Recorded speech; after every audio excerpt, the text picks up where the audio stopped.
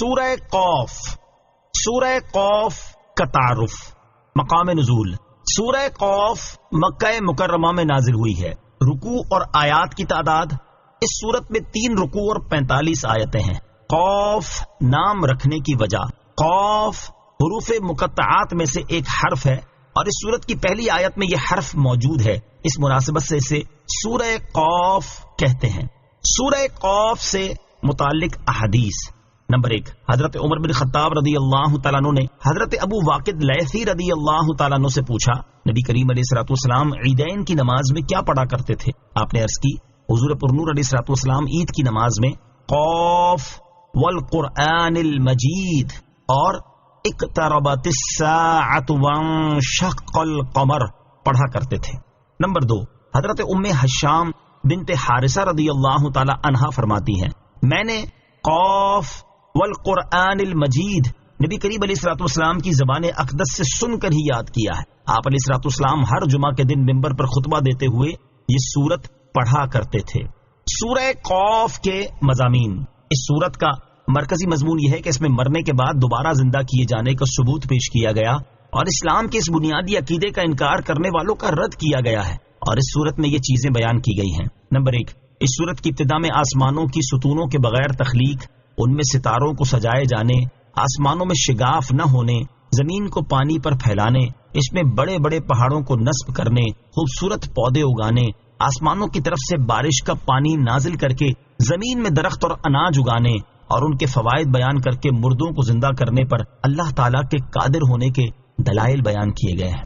Number 2، سابقہ امتوں جیسے حضرت نوح علیہ السلام کی قوم، اصحاب رس، ثمود، عاد، فرعون، حضرت لوط علیہ الصلوۃ والسلام کی قوم، اصحاب ایکا، حضرت شعیب علیہ الصلوۃ والسلام کی قوم اور قوم تبا کے بارے میں بتایا گیا کہ جب انہوں نے اللہ تعالیٰ کے رسولوں کو جھٹلایا تو ان پر اللہ تعالیٰ کا عذاب نازل ہوا. لہذا کفار مکہ کو بھی ڈر جانا چاہیے کہ ان جیسے عمل کر کے کہیں یہ بھی اللہ تعالیٰ کے عذاب میں مبتلا نہ ہو جائیں. نمبر 3، یہ بتایا گیا کہ ہر انسان کے دائیں بائیں ایک ایک فرشتہ بیٹھا ہوا ہے جو کہ انسان کا ہر قول اور عمل لکھ رہے ہیں. نمبر 4، موت کی سختیاں، حشر اور حساب کی ہولناکیاں بیان کی گئیں. نمبر 5، متقی لوگوں کا وصف اور ان کی جزا بیان کی گئی اور یہ بتایا گیا کہ سابقہ امتوں کی ہلاکت سے عبرت اور نصیحت وہ حاصل کرتا ہے جو حق قبول کرنے والا دل رکھتا ہو یا کان لگا کر اور دل سے حاضر ہو کر قرآن کی نصیحتیں سنتا ہو. بسم اللہ الرحمن الرحیم. ترجمہ، اللہ کے نام سے شروع جو نہایت مہربان رحمت والا ہے. قاف والقرآن المجید بل عجبوا ان جاءهم منذر منهم فقال الكافرون هذا شيء عجیب. ترجمہ، قاف عزت والے قرآن کی قسم، بلکہ انہیں اس بات پر تعجب ہوا کہ ان کے پاس انہی میں سے ایک ڈر سنانے والا تشریف لایا تو کافر کہنے لگے یہ تو عجیب بات ہے. قاف یہ حروف مقطعات میں سے ایک حرف ہے، اس کی مراد اللہ تعالیٰ ہی بہتر جانتا ہے. والقرآن المجید عزت والے قرآن کی قسم. اس آیت اور اس کے بعد والی آیت کا خلاصہ یہ ہے کہ عزت والے قرآن کی قسم.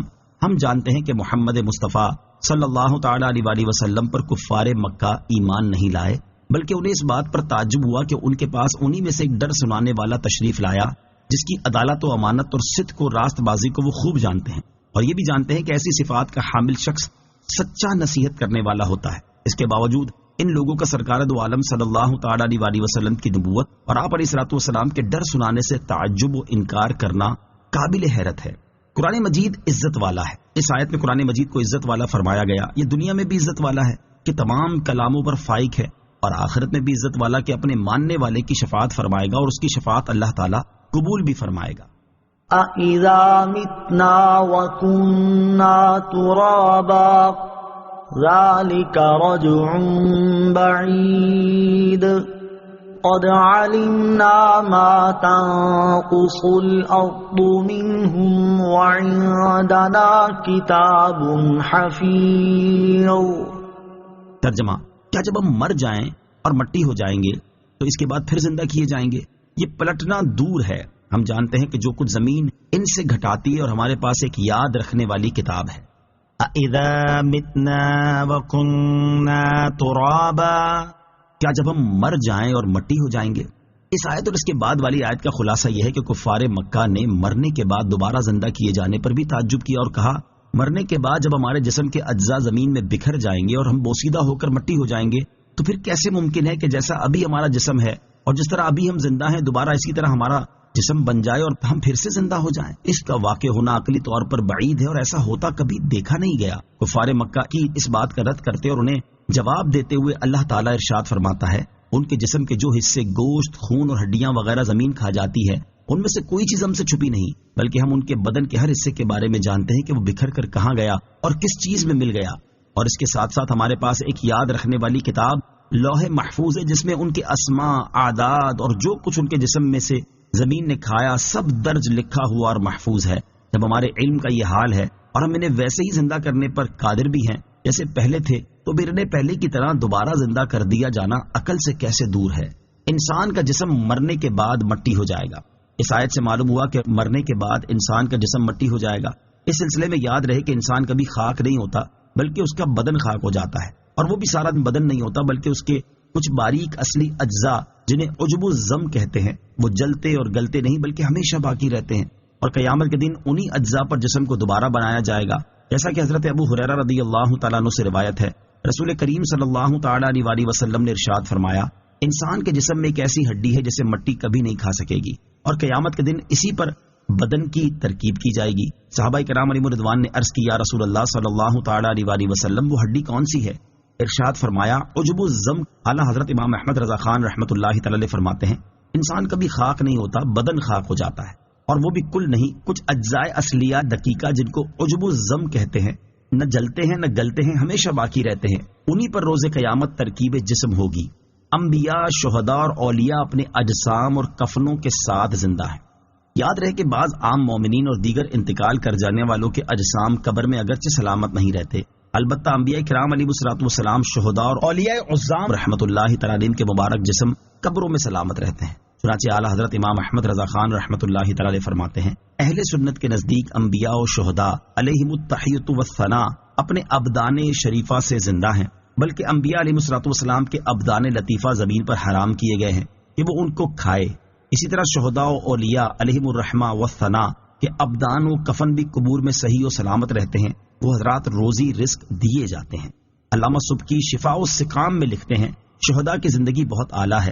زندگی اور رزق کی یہ قسم ان لوگوں کو حاصل نہیں ہوتی جو ان کی ہم مرتبہ نہیں، اور انبیاء کی زندگی سب سے اعلیٰ ہے اس لیے کہ وہ جسم و روح دونوں کے ساتھ ہے جیسی کہ دنیا میں تھی اور ہمیشہ رہے گی. اور قاضی ثناء اللہ صاحب پانی پتی تذکرۃ الموتیٰ میں لکھتے ہیں اولیاء اللہ کا فرمان ہے کہ ہماری روحیں ہمارے جسم ہیں، یعنی ان کی ارواح جسموں کا کام دیا کرتی ہیں، اور کبھی اجسام انتہائی لطافت کی وجہ سے ارواح کی طرح ظاہر ہوتے ہیں. کہتے ہیں کہ رسول اللہ صلی اللہ علیہ وسلم کا سایہ نہ تھا، ان کی ارواح زمین، آسمان اور جنت میں جہاں بھی چاہیں آتی جاتی ہیں، اس لیے قبروں کی مٹی ان کے جسموں کو نہیں کھاتی ہے بلکہ کفن بھی سلامت رہتا ہے. ابن ابی دنیا نے مالک سے روایت کی ہے کہ مومنین کی ارواح جہاں جاتی ہیں سیر کرتی ہیں. مومنین سے مراد کاملین ہیں. حق تعالیٰ ان کے جسموں کو روحوں کی قوت عطا فرماتا ہے تو وہ قبروں میں نماز ادا کرتے اور ذکر کرتے ہیں اور قرآن کریم پڑھتے ہیں. اور شیخ الہند محدث دہلوی رحمۃ اللہ تعالی شرح مشکات میں فرماتے ہیں اللہ تعالیٰ کے اولیاء اس دار فانی سے دار بقا کی طرف کوچ کر گئے ہیں اور اپنے پروردگار کے پاس زندہ ہیں، انہیں رزق دیا جاتا ہے، وہ خوشحال ہیں اور لوگوں کو اس کا شعور نہیں. اور علامہ علی قاری شرح مشکات میں لکھتے ہیں اولیاء اللہ کی دونوں حالتوں حیات و ممات میں اصلاً فرق نہیں، اسی لیے کہا گیا ہے کہ وہ مرتے نہیں بلکہ ایک گھر سے دوسرے گھر میں تشریف لے جاتے ہیں. انتقال کے بعد اولیاء کرام کی زندگی کے 5 واقعات. علامہ جلال الدین سیوطی رحمۃ اللہ تعالی نے شرح الصدور میں انتقال کے بعد اولیاء کرام رحمۃ اللہ تعالی علیہم کے بارے میں چند مستند روایات لکھی ہیں، اور اعلیٰ حضرت امام احمد رضا خان رحمۃ اللہ تعالی نے انہیں فتاوی رضویہ میں بھی نقل فرمایا ہے. ان میں سے 5 روایات سماعت کیجیے. نمبر 1، مشہور ولی حضرت ابو سعید خراز رحمۃ اللہ تعالی فرماتے ہیں میں مکہ معظمہ میں تھا، باب بنی شیبہ پر ایک جوان مردہ پڑا پایا. جب میں نے اس کی طرف نظر ڈالی تو مجھے دیکھ کر مسکرایا اور کہا اے ابو سعید کیا تم نہیں جانتے کہ اللہ تعالیٰ کے پیارے زندہ ہیں، اگرچہ مر جائیں وہ تو یہی ایک گھر سے دوسرے گھر میں منتقل کیے جاتے ہیں. نمبر 2، حضرت سیدی ابو علی رحمۃ اللہ تعالی فرماتے ہیں میں نے ایک فقیر کو قبر میں اتارا، جب کفن کھولا تو ان کا سر خاک پر رکھ دیا کہ اللہ تعالیٰ ان کی غربت پر رحم کرے۔ فقیر نے آنکھیں کھول دی اور مجھ سے فرمایا، اے ابو علی، تم مجھے اس کے سامنے ذلیل کرتے ہو جو میرے ناز اٹھاتا ہے۔ میں نے عرض کی، اے میرے سردار، کیا موت کے بعد زندگی ہے؟ آپ نے فرمایا، میں زندہ ہوں اور خدا کا ہر پیارا زندہ ہے، بے شک وہ وجاہت و عزت جو مجھے قیامت کے دن ملے گی، اس سے میں تیری مدد کروں گا۔ نمبر 3، حضرت ابراہیم بن شیبان رحمۃ اللہ تعالی فرماتے ہیں، میرا ایک جوان مرید فوت ہو گیا تو مجھے سخت صدمہ ہوا۔ جب میں اسے غسل دینے کے لیے بیٹھا تو گھبراہٹ میں بائیں طرف سے ابتدا کی۔ اس جوان مرید نے وہ کروٹ ہٹا کر اپنی دائیں کروٹ میری طرف کر دی۔ میں نے کہا، اے بیٹا، تو سچا ہے، مجھ سے غلطی ہوئی۔ نمبر 4، حضرت ابو یعقوب سوسی رحمۃ اللہ تعالی فرماتے ہیں، میں نے ایک مرید کو نہلانے کے لیے تختے پر لٹایا تو اس نے میرا انگوٹھا پکڑ لیا۔ میں نے اس سے کہا، اے بیٹے، میرا ہاتھ چھوڑ دے، بے شک میں جانتا ہوں کہ تو مردہ نہیں، یہ تو صرف مکان بدلنا ہے، اس لیے میرا ہاتھ چھوڑ دے۔ نمبر 5، حضرت ابو یعقوب سوسی رحمۃ اللہ تعالی فرماتے ہیں، مکہ معظمہ میں ایک مرید نے مجھ سے کہا، اے میرے پیر و مرشد، میں کل ظہر کے وقت مر جاؤں گا، حضرت ایک اشرفی لیں، آدھی میں میرا دفن اور آدھی میں میرا کفن کریں۔ جب دوسرا دن ہوا اور ظہر کا وقت آیا تو مذکورہ مرید نے آ کر طواف کیا، پھر کعبے سے ہٹ کر لیٹا اور انتقال کر گیا۔ جب میں نے اسے قبر میں اتارا تو اس نے آنکھیں کھول دی۔ میں نے کہا، کیا موت کے بعد زندگی ہے؟ اس نے کہا، میں زندہ ہوں اور اللہ تعالیٰ کا ہر دوست زندہ ہے۔ لوح محفوظ اللہ تعالیٰ کے علم کے لیے نہیں۔ آیت نمبر 3 کے آخر میں بیان ہوا کہ اللہ تعالیٰ کے پاس ایک یاد رکھنے والی کتاب ہے، اس کتاب سے لوح محفوظ مراد ہے، اور یاد رہے کہ لوح محفوظ اللہ تعالیٰ کے علم کے لیے نہیں ہے، کیونکہ لوح محفوظ میں تو سب کچھ خود اللہ تعالیٰ عز و جل کے علم سے ہے، لہذا لوح محفوظ خاص بندوں کو علم دینے کے لیے ہے۔ لہذا جن فرشتوں کے پاس یا جن انبیاء کرام علیہ الصلوۃ والسلام اور اولیاء عظام رحمۃ اللہ تعالی علیہم کے علم میں وہ کتاب ہے، انہیں سب باتوں کی خبر ہے۔ بل كذبوا بالحق لما جاءهم فهم في امر مريج۔ ترجمہ، بلکہ انہوں نے حق کو جھٹلایا جب وہ ان کے پاس آیا تو وہ ایک ایسی بات میں ہیں جسے قرار نہیں۔ بل كذبوا بالحق، بلکہ انہوں نے حق کو جھٹلایا۔ اس آیت میں حق سے مراد نبوت ہے، جس کے ساتھ روشن معجزات ہیں، یا اس سے مراد قرآن مجید ہے، اور آیت کا خلاصہ یہ ہے کہ کفار مکہ نے صرف تعجب ہی نہیں کیا بلکہ اس سے کہیں زیادہ خطرناک کام بھی کیا کہ جب ان کے پاس حق آیا تو انہوں نے سوچے سمجھے بغیر اسے جھٹلا دیا، اور وہ نبی کریم علیہ الصلوۃ والسلام اور قرآن مجید سے متعلق ایک ایسی بات میں پڑے ہوئے ہیں جسے قرار نہیں، اور وہ یہ ہے کہ کبھی نبی اکرم علیہ الصلوۃ والسلام کو شاعر، کبھی جادوگر اور کبھی کاہن کہتے ہیں۔ اسی طرح قرآن پاک کو کبھی شعر، کبھی جادو اور کبھی کہانت کہتے ہیں، کسی ایک بات پر قائم نہیں رہتے۔ افلم ينظروا الى السماء فوقهم كيف بنيناها وزيناها وما لها من فروج۔ ترجمہ، تو کیا انہوں نے اپنے اوپر آسمان کو نہ دیکھا؟ ہم نے اسے کیسے بنایا اور سجایا اور اس میں کہیں کوئی شگاف نہیں۔ افلم ينظروا الى السماء فوقهم، تو کیا انہوں نے اپنے اوپر آسمان کو نہ دیکھا؟ اس آیت سے مرنے کے بعد دوبارہ زندہ کرنے پر اللہ تعالیٰ کے قادر ہونے کے بارے میں دلائل دیے جا رہے ہیں۔ چنانچہ اس آیت کا خلاصہ یہ ہے کہ جب کافروں نے مرنے کے بعد دوبارہ زندہ کیے جانے کا انکار کیا تو اس وقت کیا انہوں نے اپنے اوپر آسمان کو نہ دیکھا جس کی تخلیق میں ہماری قدرت کے آثار نمایاں ہیں، تاکہ وہ اس بات میں غور کرتے کہ ہم نے اسے کیسے اونچا اور بڑا بنایا اور ستونوں کے بغیر بلند کیا اور اسے روشن ستاروں سے سجایا اور اس میں کہیں کوئی شگاف نہیں، کہیں کوئی عیب اور کمی نہیں۔ تو جب رب تعالیٰ اتنے بڑے آسمان کو بنا سکتا ہے اور ظاہری اسباب کے بغیر اسے بلند کر سکتا ہے اور اس میں ستاروں کو روشن کر سکتا ہے اور اتنے طویل و عریض آسمان کو کسی شگاف اور نقص و عیب کے بغیر بنا سکتا ہے، وہی رب تعالیٰ مردوں کو دوبارہ زندہ کر دے تو اس میں کیا بعید ہے۔ وَالْأَرْضَ مَدَدْنَاهَا وَأَلْقَيْنَا فِيهَا رَوَاسِيَ وَأَنبَتْنَا فِيهَا مِن كُلِّ زَوْجٍ بَهِيجٍ تَبْصِرَةً وَذِكْرَى لِكُلِّ عَبْدٍ مُنِيبٍ۔ ترجمہ، اور زمین کو ہم نے پھیلایا اور اس میں مضبوط پہاڑ ڈالے اور اس میں ہر بارونق جوڑا اگایا، ہر رجوع کرنے والے بندے کے لیے بصیرت اور نصیحت کے لیے۔ وَالْأَرْضَ مَدَدْنَاهَا، اور زمین کو ہم نے پھیلایا۔ اس آیت میں اللہ تعالیٰ کے قادر ہونے کی دوسری دلیل بیان کی جا رہی ہے۔ چنانچہ آیت کا خلاصہ یہ ہے کہ کیا ان کافروں نے زمین کی طرف نہیں دیکھا کہ ہم نے زمین کو پانی کی سطح پر اس طرح پھیلایا کہ پانی میں گھل کر فنا نہیں ہوتی، ورنہ مٹی پانی میں گھل جاتی ہے، اور زمین پر بڑے بڑے پہاڑ کھڑے کر دی ہیں تاکہ زمین قائم رہے اور ان میں ہر سبزے، پھلوں اور پھولوں کے جوڑے اگائے جو دیکھنے میں خوبصورت لگتے ہیں۔ تو جو رب تعالیٰ زمین کو پیدا فرما سکتا، پہاڑوں کے ذریعے اسے قائم رکھ سکتا اور اس میں نشو نما کی قوت پیدا کر سکتا ہے، تو مردوں کو دوبارہ زندہ کر دینا اس کی قدرت سے کہاں بعید ہے۔ تبصرۃ و ذکری، بصیرت اور نصیحت کے لیے، یعنی آسمان و زمین اور ان سے متعلق بیان کی گئی تمام چیزیں ہر اس بندے کے لیے بصیرت اور نصیحت حاصل کرنے کا ذریعہ ہیں جو اللہ تعالیٰ کی بنائی ہوئی انوکھی چیزوں اور خلقت کے عجائبات میں غور و فکر کر کے اس کی طرف رجوع کرنے والا ہو۔ وَنَزَّلْنَا مِنَ السَّمَاءِ مَاءً مُبَارَكًا فَأَنبَتْنَا بِهِ جَنَّاتٍ وَحَبَّ الْحَصِيدِ وَالنَّخْلَ بَاسِقَاتٍ لَهَا طَلْعٌ نَضِيدٌ رزقا للعباد وأحيينا به بلدة ميتا كذلك الخروج۔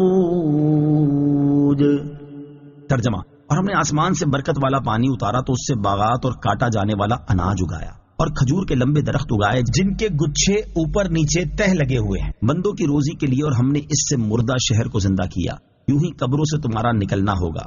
وَنَزَّلْنَا مِنَ السَّمَاءِ مَاءً مُبَارَكًا، اور ہم نے آسمان سے برکت والا پانی اتارا۔ یہاں سے اللہ تعالیٰ کی قدرت کی تیسری دلیل بیان کی جا رہی ہے۔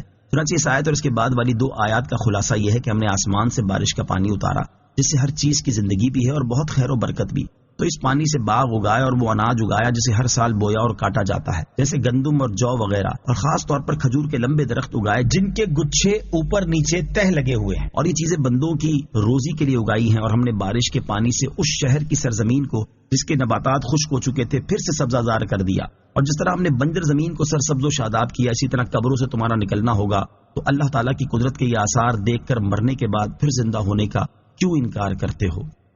كذبت قبلهم قوم نوح وأصحاب الرس وثمود وعاد وفرعون وإخوان لوط وأصحاب الأيكة وقوم تبع كل كذب الرسل فحق وعيد۔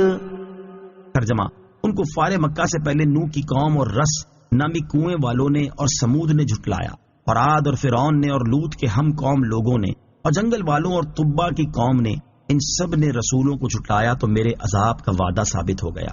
کذبت قبلہم قوم نوح، ان سے پہلے نوح کی قوم نے جھٹلایا۔ یہاں سے ان سابقہ قوموں کا حال اور انجام بیان کیا جا رہا ہے جنہوں نے اپنے رسولوں علیہ السلام کو جھٹلایا تاکہ ان کے حال اور وبال سے کفار مکہ نصیحت حاصل کرے، اور اس کے ساتھ ساتھ انہیں سابقہ قوموں کی ہلاکت اور عذاب سے ڈرایا بھی گیا ہے۔ چنانچہ اس آیت اور اس کے بعد والی 2 آیات کا خلاصہ یہ ہے کہ ان کفار مکہ سے پہلے حضرت نوح علیہ السلام کی قوم اور رس والوں اور حضرت صالح علیہ السلام کی قوم سمود نے اپنے رسولوں علیہ السلام کو جھٹلایا۔ اسی طرح حضرت ہود علیہ السلام کی قوم عاد اور فرعون نے، حضرت لوط علیہ السلام کی ہم قوم لوگوں نے، اور حضرت شعیب علیہ السلام کی قوم کے جنگل والوں اور طبا نامی بادشاہ کی قوم نے، ان سب نے اپنے رسولوں علیہ السلام کو جھٹلایا تو ان پر میرے عذاب کا وعدہ ثابت ہو گیا۔ لہٰذا اے اہل مکہ، تم بھی سابقہ قوموں جیسے عذاب سے ڈرو اور میرے حبیب علیہ السلام کو نہ جھٹلاؤ۔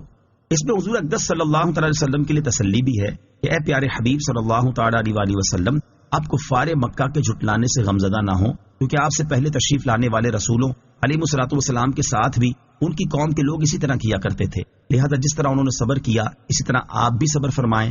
نیز ہم ہمیشہ رسولوں علیہ السلام کی مدد فرماتے اور ان کے دشمنوں پر عذاب کرتے رہے ہیں، تو آپ کی بھی مدد فرمائیں گے اور آپ کے دشمنوں کو بھی عذاب میں مبتلا کریں گے۔ نوٹ یاد رہے کہ یہاں آیات میں جتنی قوموں کا ذکر ہوا ان سب کے تذکرے سورہ حجر، سورہ فرقان اور سورہ دخان وغیرہ میں گزر چکے ہیں۔ افعینا بالخلق الاول بل هم فی لبس من خلق جدید۔ ترجمہ، تو کیا ہم پہلی بار بنانے کی وجہ سے تھک گئے، بلکہ وہ نئی پیدائش کے متعلق شبے میں ہیں۔ افعینا بالخلق الاول، تو کیا ہم پہلی بار بنانے کی وجہ سے تھک گئے۔ اس صورت کی ابتدا میں یہ بیان کیا گیا تھا کہ کفار مکہ مرنے کے بعد دوبارہ زندہ کیے جانے کا انکار کرتے ہیں۔ اب یہاں سے ان منکروں کے انکار کا جواب دیا جا رہا ہے کہ کیا ہم پہلی بار بنانے کی وجہ سے تھک گئے ہیں، جس کی وجہ سے دوبارہ پیدا کرنا ہمارے لیے دشوار ہے۔ ہم تھکے ہرگز نہیں، بلکہ وہ لوگ موت کے بعد پیدا کیے جانے سے متعلق شبے میں ہیں۔ کفار مکہ کی انتہائی جہالت۔ کفار مکہ اس بات کا اقرار کرتے تھے کہ مخلوق کو اللہ تعالیٰ نے پیدا کیا، اس کے باوجود وہ اس بات کو محال اور بعید سمجھتے ہیں کہ اللہ تعالیٰ مخلوق کو دوبارہ پیدا فرمائے گا۔ یہ ان کی کمال جہالت تھی، کیونکہ ایجاد کے مقابلے میں دوبارہ بنانا ظاہر نظر میں زیادہ آسان ہے، اور یہ لوگ ایجاد پر تو قدرت مان رہے ہیں اور اس سے زیادہ آسان پر قدرت کا انکار کر رہے ہیں۔ وَلَقَدْ خَلَقْنَا الْإِنسَانَ وَنَعْلَمُ مَا تُوَسْوِسُ بِهِ نَفْسُهُ وَنَحْنُ أَقْرَبُ إِلَيْهِ مِنْ حَبْلِ الْوَرِيدِ۔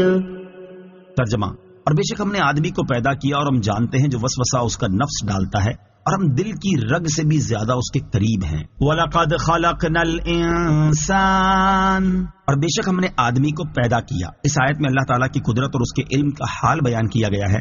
چنانچہ اس آیت کا خلاصہ یہ ہے کہ ہم نے انسان کو پیدا کیا، اور یہ اللہ تعالیٰ کے قادر ہونے کی ایک اعلیٰ دلیل ہے، اور ہم اس وسوسے تک کو بھی جانتے ہیں جو اس کا نفس ڈالتا ہے، اور اس کے پوشیدہ احوال اور دلوں کے راز ہم سے چھپے ہوئے نہیں ہیں، اور ہم اپنے علم اور قدرت کے اعتبار سے انسان کے دل کی رگ سے بھی زیادہ اس کے قریب ہیں، اور بندے کے حال کو خود اس سے زیادہ جاننے والے ہیں۔ علامہ علی بن محمد خازن رحمت اللہ تعالی فرماتے ہیں، ورید وہ رگ ہے جس سے خون جاری ہو کر بدن کے ہر جزو میں پہنچتا ہے۔ یہ رگ گردن میں ہے، اور آیت کے معنی یہ ہے کہ انسان کے اجزاء ایک دوسرے سے پردے میں ہیں، مگر اللہ تعالیٰ سے کوئی چیز پردے میں نہیں۔ إِذْ يَتَلَقَّى الْمُتَلَقِّيَانِ عَنِ الْيَمِينِ وَعَنِ الشِّمَالِ قَعِيدٌ۔ ترجمہ، جب اس سے لینے والے دو فرشتے لیتے ہیں، ایک دائیں جانب اور دوسرا بائیں جانب بیٹھا ہوا ہے۔ اذ یتلقى المتلقیان، جب اس سے لینے والے دو فرشتے لیتے ہیں، یعنی ہم اس وقت بھی انسان کے دل کی رگ سے زیادہ اس کے قریب ہوتے ہیں جب انسان کا ہر عمل اور ہر بات لکھنے پر مامور دو فرشتے اس کا ہر قول اور فعل لکھ لیتے ہیں۔ ان میں سے ایک فرشتہ دائیں جانب نیکیاں لکھنے کے لیے اور دوسرا بائیں جانب برائیاں لکھنے کے لیے بیٹھا ہوا ہے۔ اس سے معلوم ہوا کہ اللہ تعالیٰ فرشتوں کے لکھنے سے بھی بے نیاز ہے، کیونکہ وہ سب سے زیادہ پوشیدہ چیز کو بھی جاننے والا ہے، اور نفس کے وسوسے تک اس سے چھپے نہیں ہیں۔ البتہ یاد رہے کہ فرشتوں کا لکھنا حکمت کے تقاضے کے مطابق ہے کہ قیامت کے دن ہر شخص کے اعمال نامے اس کے ہاتھ میں دے دیے جائیں۔ ما يلفظ من قول إلا لديه رقيب عتيد۔ ترجمہ، وہ زبان سے کوئی بات نہیں نکالتا مگر یہ کہ ایک محافظ فرشتہ اس کے پاس تیار بیٹھا ہوتا ہے۔ ما يلفظ من قول، جو بات وہ زبان سے نکالتا ہے، یعنی بندہ جو بات زبان سے نکالتا ہے اسے لکھنے کے لیے ایک محافظ فرشتہ اس کے پاس تیار ہوتا ہے، خواہ وہ بندہ کہیں بھی ہو۔ یہاں اعمال لکھنے والے فرشتوں سے متعلق تین اہم باتیں، یہاں اعمال لکھنے والے فرشتوں سے متعلق تین باتیں سماعت کیجیے۔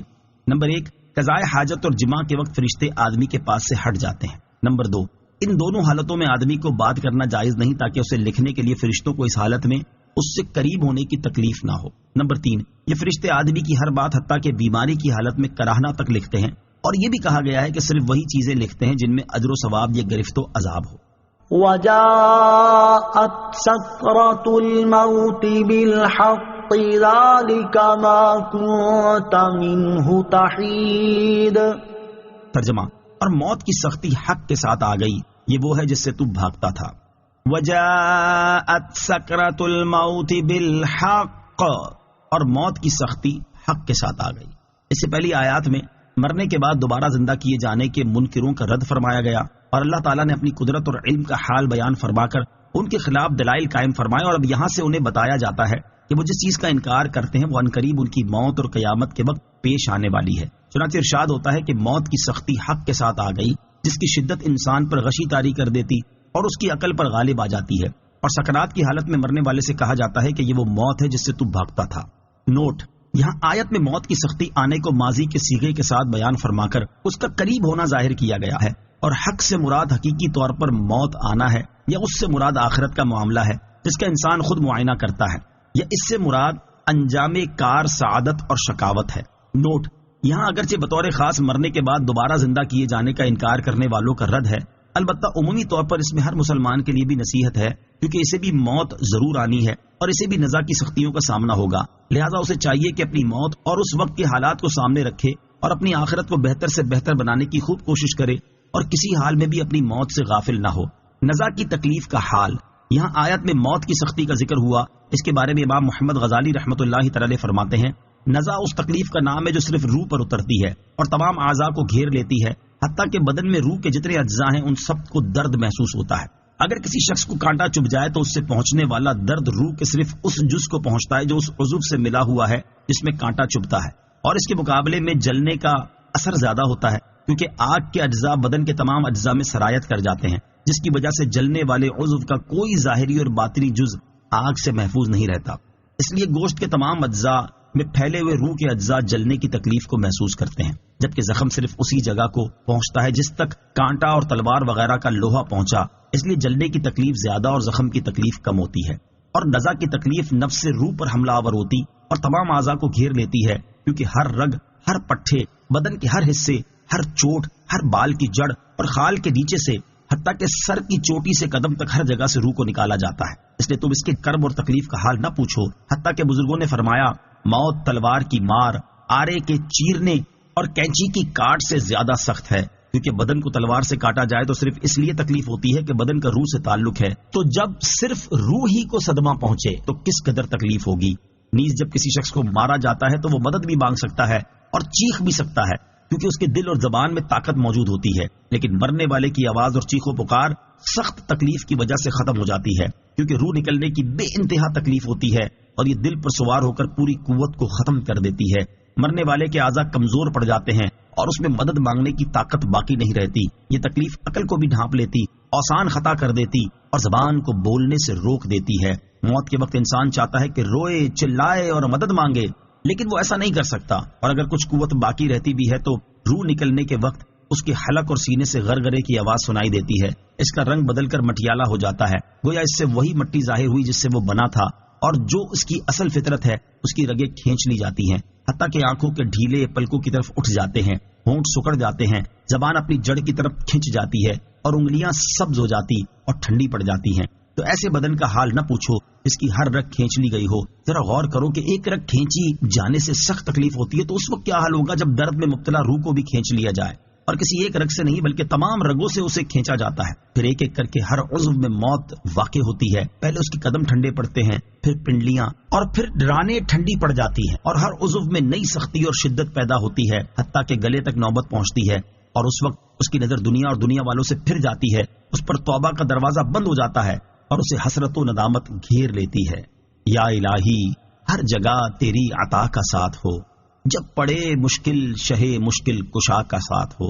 یا الہی، بھول جاؤں نزع کی تکلیف کو، شادی دیدار حسن مصطفیٰ کا ساتھ ہو.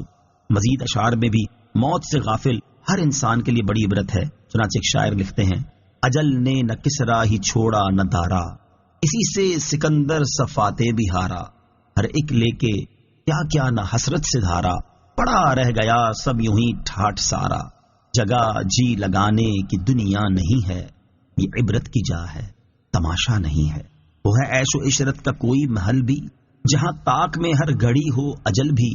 بس اب اپنے اس جہل سے تو نکل بھی، یہ جینے کا انداز اپنا بدل بھی. جگہ جی لگانے کی دنیا نہیں ہے، یہ عبرت کی جا ہے تماشا نہیں ہے. موت سے فرار ممکن نہیں. زیر تفسیر آیت کے آخری حصے سے معلوم ہوا کہ موت سے فرار ممکن نہیں، بلکہ یہ بہر صورت آ کر ہی رہے گی. موت کے بارے میں ایک اور مقام پر اللہ تعالیٰ ارشاد فرماتا ہے نحن قدرنا بینکم الموت، ترجمہ ہم نے تم میں موت مقرر کر دی. اور ارشاد فرماتا ہے کل نفس ذائقۃ الموت ثم الینا ترجعون.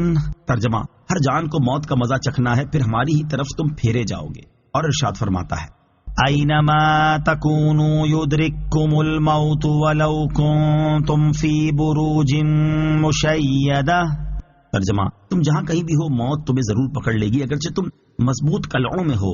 اور ارشاد فرماتا ہے وَهُوَ الْقَاهِرُ فَوْقَ عِبَادِهِ وَيُرْسِلُ عَلَيْكُمْ حَفَظَةً حَتَّى إِذَا جَاءَ أَحَدَكُمُ الْمَوْتُ تَوَفَّتْهُ رُسُلُنَا وَهُمْ لَا يُفَرِّطُونَ. ترجمہ اور وہی اپنے بندوں پر غالب ہے اور وہ تم پر نگہبان بھیجتا ہے، یہاں تک کہ جب تم میں کسی کو موت آتی ہے تو ہمارے فرشتے اس کی روح قبض کرتے ہیں اور وہ کوئی کوتاہی نہیں کرتے. اور ارشاد فرماتا ہے قل ان الموت الذي تفرون منه فإنه ملاقيكم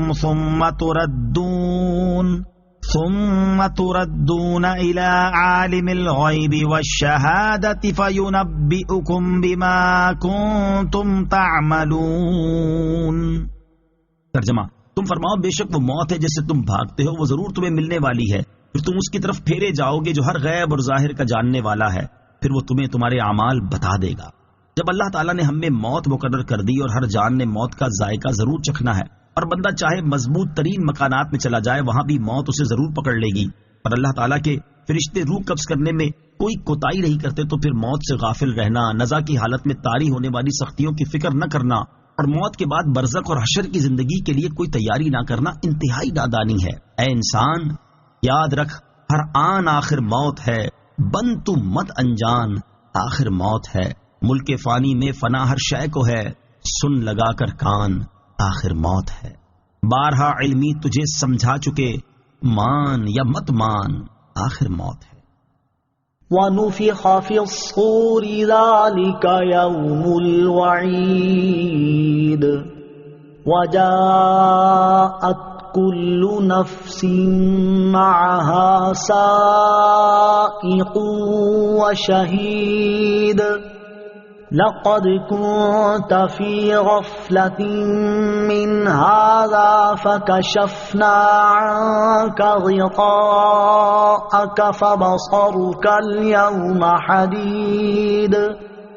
ترجمہ: اور سور میں پھونک ماری جائے گی، یہ عذاب کی وعید کا دن ہے، اور ہر جان یوں حاضر ہوگی کہ اس کے ساتھ ایک ہانکنے والا اور ایک گواہ ہوگا. بے شک تو اس سے غفلت میں تھا تو ہم نے تجھ سے تیرا پردہ اٹھا دیا، تو آج تیری نگاہ تیز ہے. وَنُفِخَ فِي الصُّورِ، اور سور میں پھونک ماری جائے گی. موت کا ذکر کرنے کے بعد اب یہاں سے قیامت واقع ہونے کا ذکر کیا جا رہا ہے.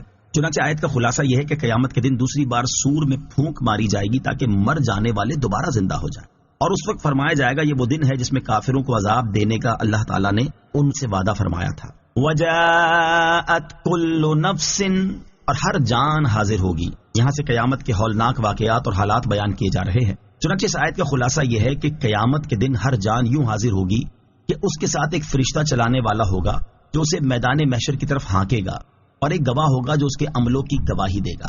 یہاں آیت میں ہانکنے والے اور گواہ سے مراد کون ہے؟ اس کے بارے میں حضرت عبداللہ ابن عباس رضی اللہ تعالیٰ عنہما فرماتے ہیں ہانکنے والا فرشتہ ہوگا اور گواہ خود اس کا اپنا نفس ہوگا. امام ضحاک کا قول ہے کہ ہانکنے والا فرشتہ ہے اور گواہ اپنے بدن کے اعضاء، ہاتھ، پاؤں وغیرہ ہوں گے. حضرت عثمان غنی رضی اللہ تعالیٰ عنہ نے برسر ممبر فرمایا کہ ہانکنے والا بھی فرشتہ ہے اور گواہ بھی فرشتہ ہے. لقد كنت في غفلة من هذا، بے شک تو اس سے غفلت میں تھا. یعنی قیامت کے دن کافر سے کہا جائے گا بے شک تو دنیا میں اس قیامت کا منکر تھا، تو آج ہم نے تجھ سے وہ پردہ اٹھا دیا جو تیرے دل، کانوں اور آنکھوں پر پڑا ہوا تھا، اور اس کی وجہ سے آج تیری نگاہ تیز ہے کہ تو ان چیزوں کو دیکھ رہا ہے جن کا دنیا میں انکار کرتا تھا. وقال قرينه هذا ما لدي عتيد القيا في جهنم كل كفار عنيد مناع للخير معتد مريب الذي جعل مع الله إلها آخر فألقياه في العذاب الشديد. ترجمہ: اور اس کا ساتھی فرشتہ کہے گا یہ ہے جو میرے پاس تیار موجود ہے، حکم ہوگا تم دونوں ہر بڑے ناشکرے ہٹ دھرم کو جہنم میں ڈال دو، جو بھلائی سے بہت روکنے والا، حد سے بڑھنے والا، شک کرنے والا ہے، جس نے اللہ کے ساتھ کوئی اور معبود ٹھہرایا، تم دونوں اسے سخت عذاب میں ڈال دو. وقال قرینہ، اور اس کا ساتھی فرشتہ کہے گا. اس آیت اور اس کے بعد والے 3 آیت کا خلاصہ یہ ہے کہ کافر کا ساتھی فرشتہ جو اس کے اعمال لکھنے والا اور اس پر گواہی دینے والا ہے کہے گا یہ اس کا اعمال نامہ ہے جو میرے پاس تیار موجود ہے. اس اعمال نامے کے مطابق اللہ تعالیٰ 2 فرشتوں کو حکم فرمائے گا تم دونوں ہر اس شخص کو جہنم میں ڈال دو جو بڑا ناشکرا، ہٹ دھرم، بھلائی سے بہت روکنے والا، حد سے بڑھنے والا اور دین میں شک کرنے والا ہے، اور جس نے اللہ تعالیٰ کے ساتھ کوئی اور معبود ٹھہرایا تو تم دونوں اسے سخت عذاب میں ڈال دو. قال قرينه ربنا ما أطغيته ولكن كان في ضلال بعيد قال لا تختصموا لدي وقد قدمت إليكم بالوعيد ما يبدل القول لدي وما أنا بظلام للعبيد.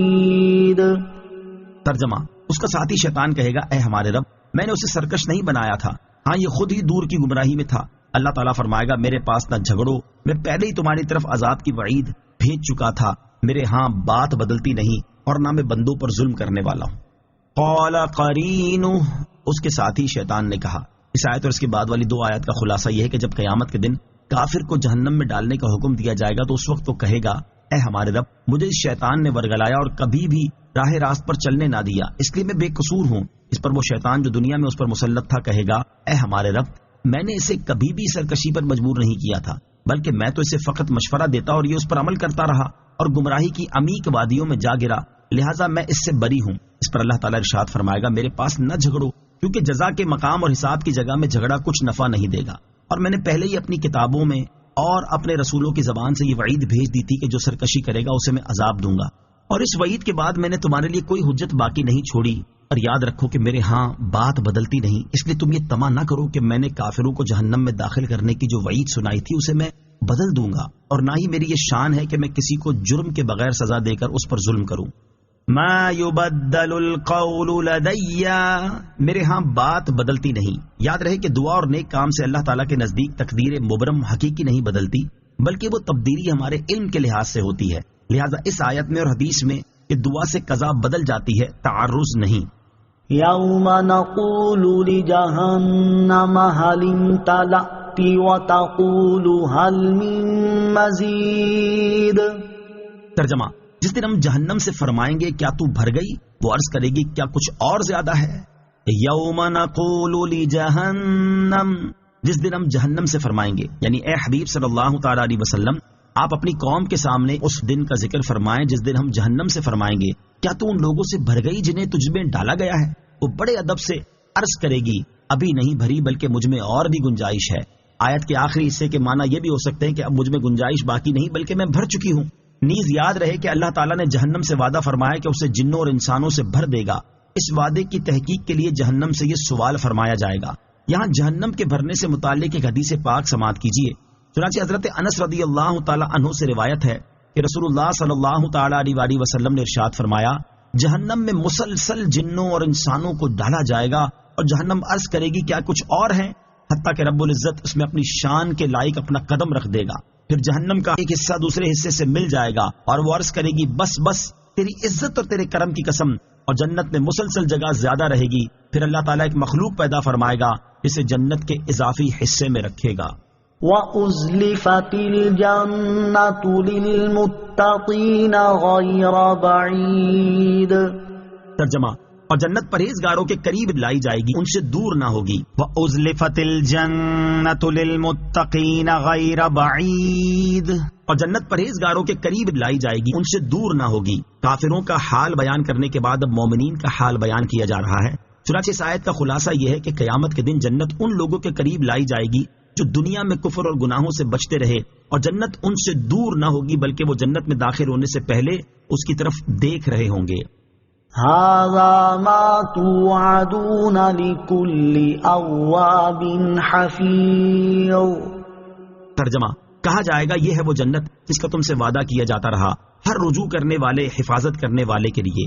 هذا ما توعدون، یہ وہ ہے جس کا تم سے وعدہ کیا جاتا رہا. جب جنت قریب لائی جائے گی تو متقی لوگوں سے کہا جائے گا یہ وہ جنت ہے جس کا رسولوں کے ذریعے دنیا میں تم سے وعدہ کیا جاتا، اور یہ وعدہ ہر اس شخص کے لیے ہے جو رجوع کرنے والا اور حفاظت کرنے والا ہے.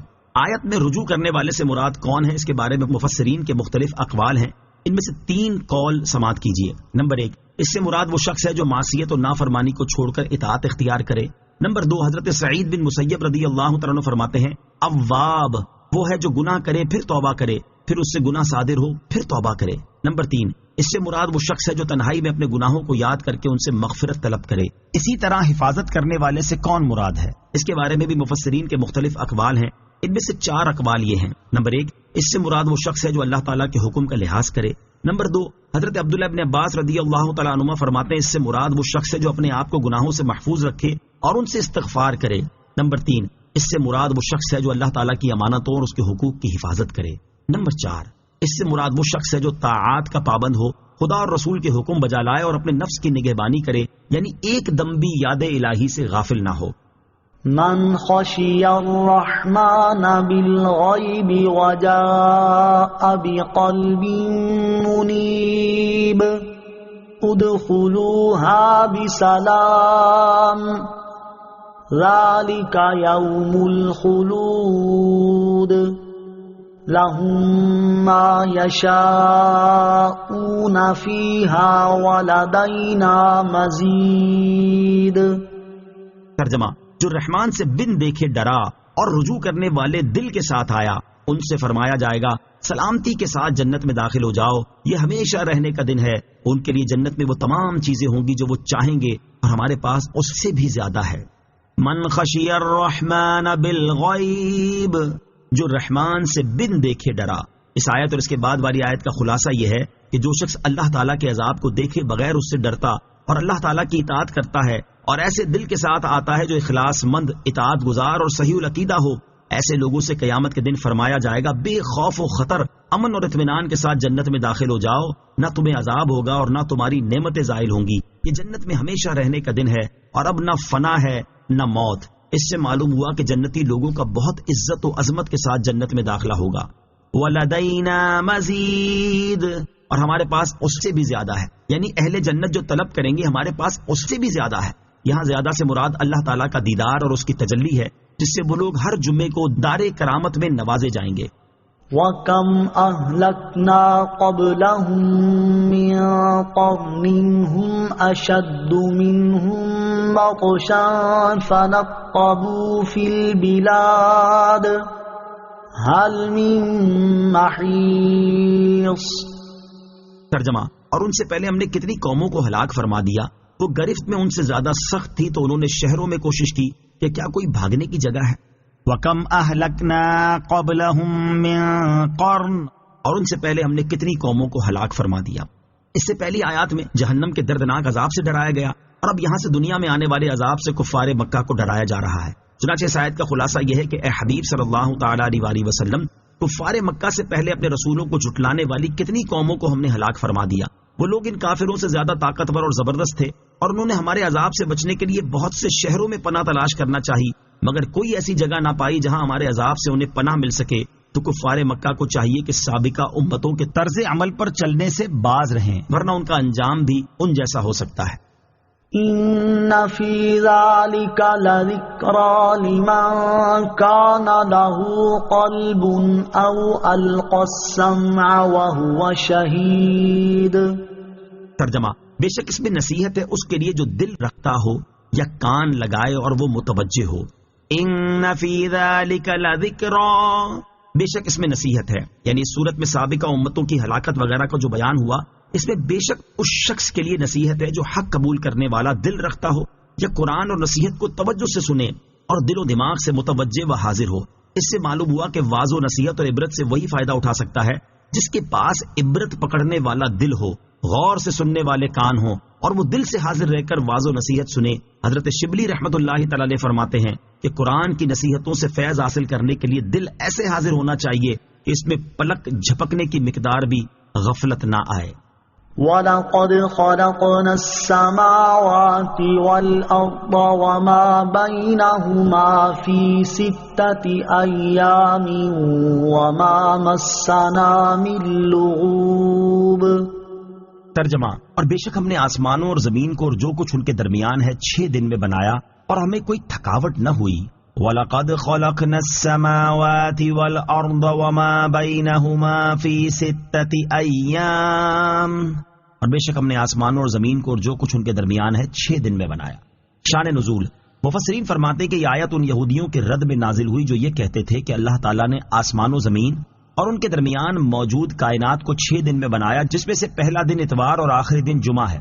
پھر وہ معاذ اللہ تھک گیا اور ہفتے کے دن اس نے عرش پر لیٹ کر آرام کیا۔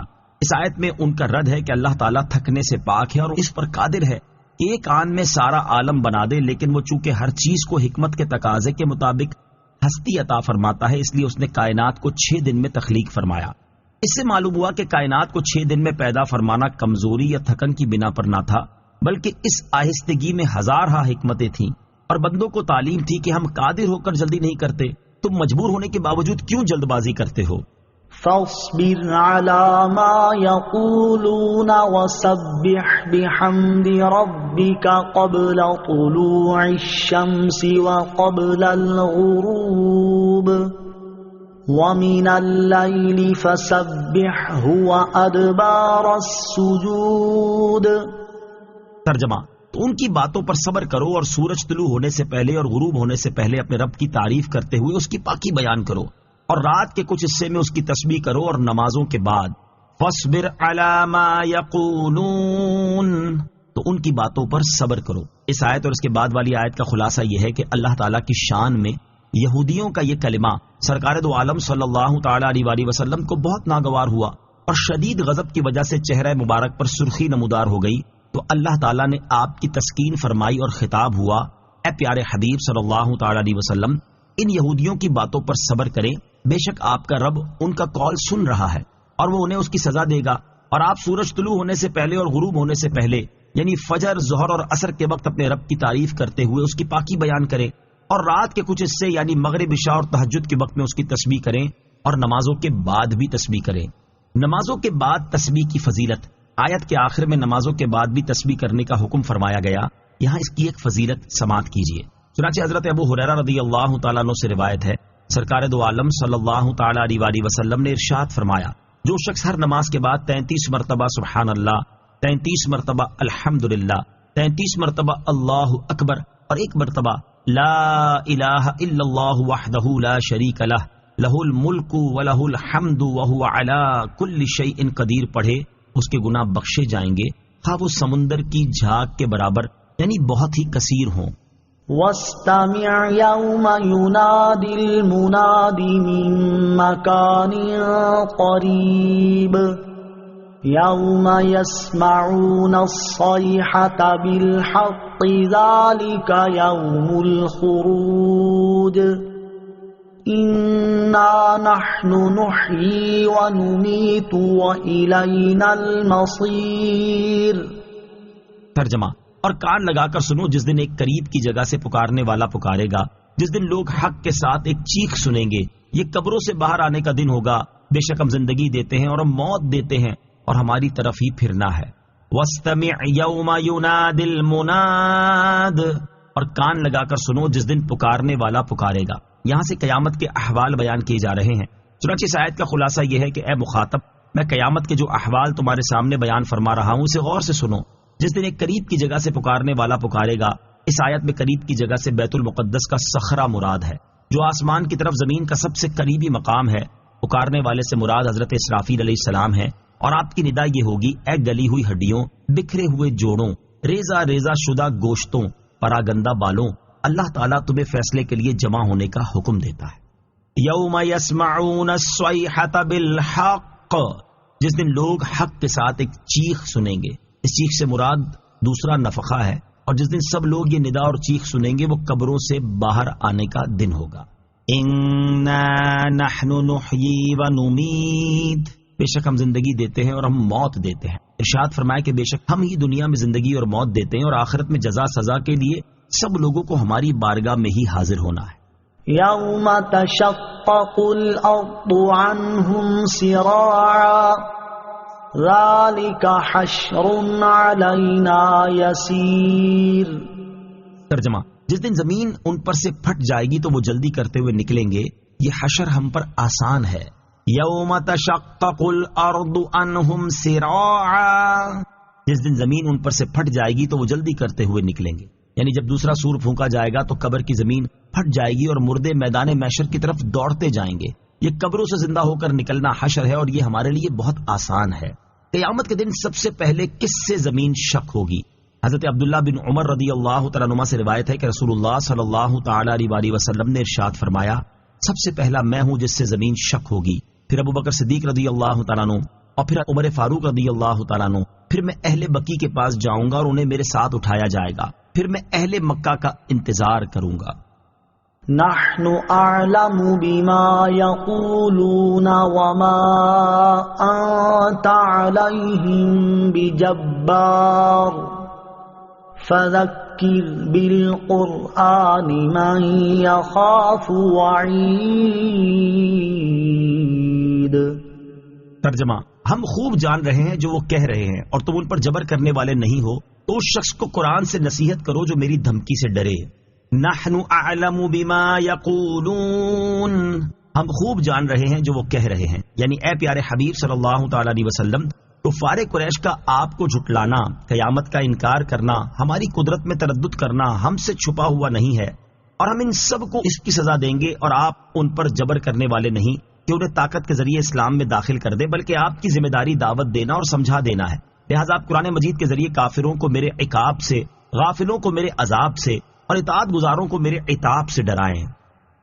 آمنت باللہ صدق اللہ العظیم۔